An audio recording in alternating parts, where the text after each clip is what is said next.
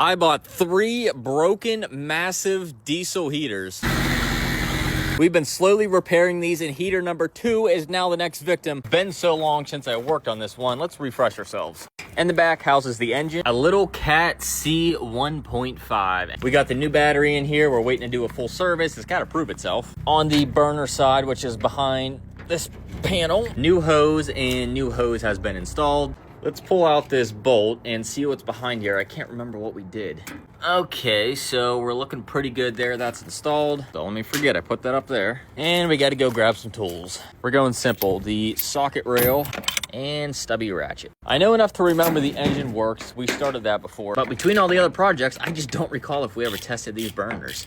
You know what? I do remember now. I think we put the 2 new CAD eyes, which is what senses the flame. Left burner got a new one, and then the right burner also got a new CAD eye. I think we actually ran out of time in the video and never got to test it, so today's our lucky day. This one got a new burner tip, but this one I did not pull out yet. Crack the main line off of here, the high pressure line. Without cheating, now's a good time to comment if you think this burner is gonna just fire right up, or if you think these are gonna be troublesome, but I'm really hoping for the first option. We're gonna get lucky, fire this thing up, and these things just work after a little basic maintenance we're doing. Let's see what this nozzle assembly looks like. Will it be bad?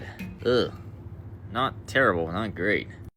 Look at the end of this thing. Someone told me what this was. It's not a diffuser. It was like turbulator, something crazy, some name. But let's clean this up. What I'm worried about is that injector tip being all plugged up. I can't tell if it is or not. We'll look at the screen, but I'd rather be proactive. My goal is to sell probably 1 or 2 of these. So for the next guy, I don't want to sell him a heater and then the thing just like won't work on him and he's all upset. So this is simple stuff. Someone will thank me hopefully for it. Loosen up. Man, okay. I guess we will actually get the right tool. Also known as the socket rail. There we go. And number 2. We're just flipping these electrodes up out of our way so that we can work this thing off of here. There we go.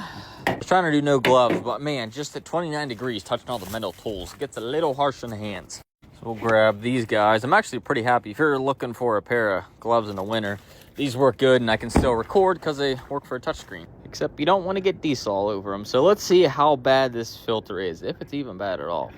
Okay, not too shabby actually. I think the tip itself looked more gummed up and worse than the filter. But again, we're here, we're doing them. Here are all the new guys. Let's pop one out. A little comparison here to triple check we got the right part. And that looks good to me. Back into the nozzle assembly she goes. Give it a little snug. If you're following along, you know the next step that we've done about 600 times. This little gauge here that's going to help us align the electrodes. A little cheater gauge. We just got to get these aligned where the tip is right on the tip of that orange. Whoop, too much. Right there.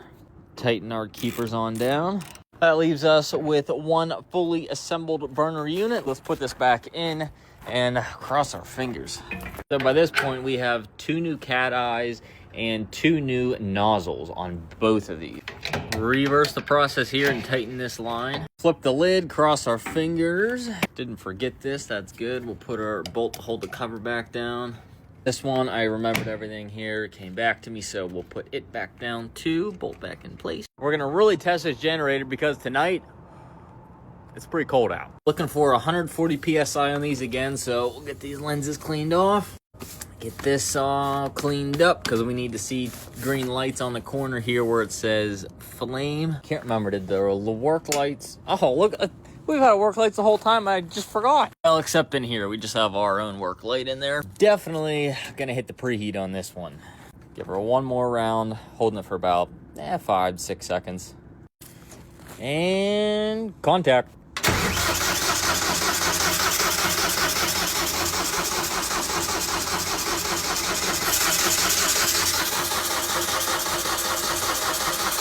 If you saw, we're not even puffing fuel out of here, so that's not a good sign, is it? I could have sworn we started this thing up. I really feel confident in that. Try our work lights off. Maybe they're giving us some bad luck. And contact. Hey!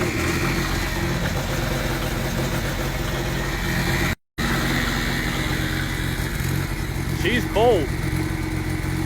Gonna make sure these are off. I am not forgetting this time. We're gonna open up the door where the burners would push the heat out. Maybe. Maybe. There we go. A little bit of cosmetic damage we're gonna have to straighten up there. I just want the heat to work for me at this point. This has been running for a minute, so we'll go ahead and try one. That should be the front burner. Switch on to manual. Okay. 140-ish PSI, nice. I'm gonna just stand back. Not seeing much action. Let's see what's going on. We got an air. I'm gonna reset this and try it one more time for there was maybe air in the line. Okay. Again, stepping away from the vehicle. All right, we got our first green light down there. That's good. Now we need the second green light right there. Come on. Aw, man. The old red light of death. Cut this one off. The rear off. Front on. Flip the burner itself on. Okay, nice 140 PSI. Again, gonna step away. Oh, we got two green lights on this guy. We got one right there for the flame and the burner. Nice. Now will the fan kick on is part two. If the fan comes on, we have one of two burners fully ready and functional. I hear stuff sizzling and burning. Let's check over here. If you guys can hear that.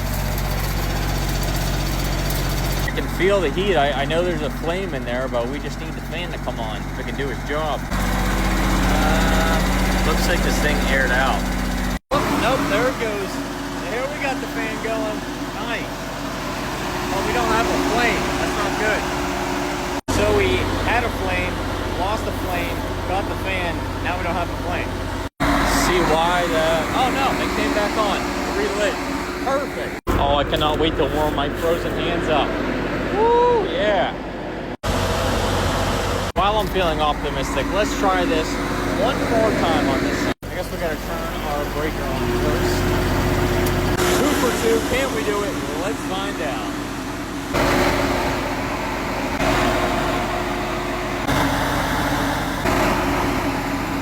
I just noticed this. I thought this was a Mista diesel, but I think the air's so hot, it's just condensating on top of this, causing that. That's just water, I think, not unburnt diesel.